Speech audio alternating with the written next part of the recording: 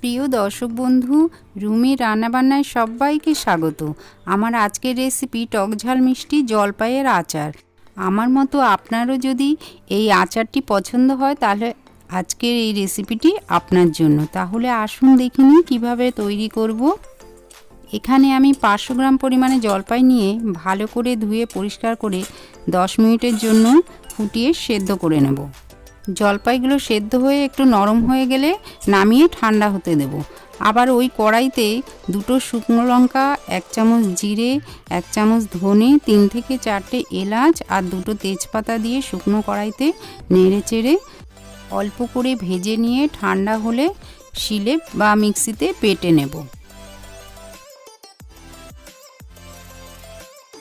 আর এদিকে জলপাইগুলি যেহেতু হালকা একটু গরম আছে, সেজন্য হাতার সাহায্যে এভাবে চেপে চেপে একটু চটকে মেখে নেব।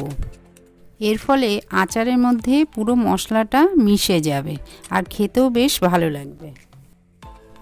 এবার কড়াইতে 2 চামচ পরিমাণে সর্ষের তেল দিয়ে সেদ্ধ করে রাখা জলপাইগুলো দিয়ে দেবো। দিয়ে একটু নেড়ে চেড়ে মিশিয়ে নিয়ে দিয়ে দেবো পরিমাণ মতো হলুদ গুঁড়ো আর দিয়ে দেবো 1 চামচ পরিমাণে বিট লবণ।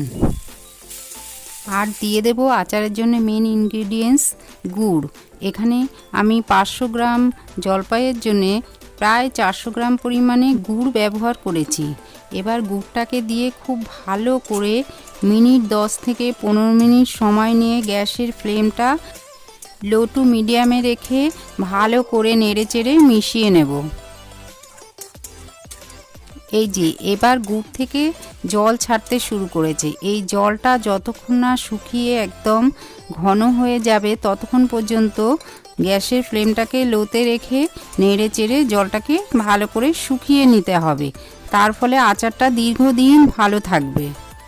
জলটা যখন প্রায় শুকিয়ে এসছে দিয়ে দিলাম ভেজে বেটে রাখা মশলাটা আর দিয়ে দিলাম 1 চামচ পরিমাণে ভিনিগার দীর্ঘদিন সংরক্ষণ করে রাখার জন্য।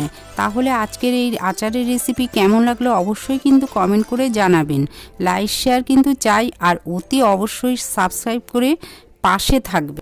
সবাইকে ধন্যবাদ।